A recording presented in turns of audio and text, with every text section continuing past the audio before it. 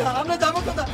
আজকে এই দেশের ভিতরে রোহিঙ্গাদের জন্য জায়গা আছে, আর আমরা যে আজকে যাদের হিন্দু দেখে মেতো আমাদের কোনো জায়গায় স্থান নাই। আমরা কি এতই খারাপ দেশের জন্য? আমরা কি বাংলাদেশের নাগরিক নয়?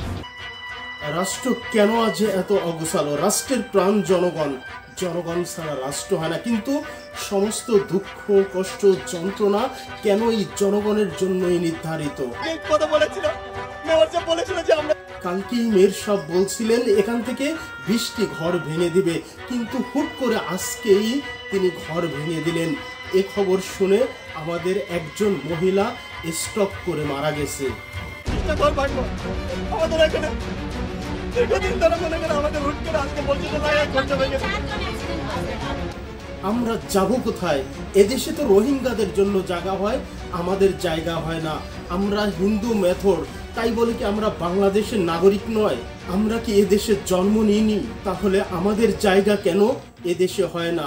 আমরা তো রোহিঙ্গাদের চাইতেও খারাপ হয়ে গেছি। না আমরা যাবো কোথায়?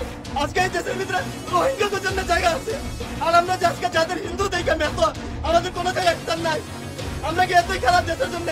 আমরা কি বাংলাদেশের নাগরিক নয়? এটা যে প্রধানমন্ত্রীর কাছে এটা যায়। আপত্তি জানিয়েছেন এই ভিডিওটি যেন প্রধানমন্ত্রীর কাছে যায়। তারা সংখ্যালঘু না সংখ্যাগুরু, এটি মুখ্য বিষয় নয়। তারা রাষ্ট্রের নাগরিক, এই রাষ্ট্রে তাদেরও অধিকার রয়েছে। রাষ্ট্র কি তাদের খোঁজ খবর নিবে?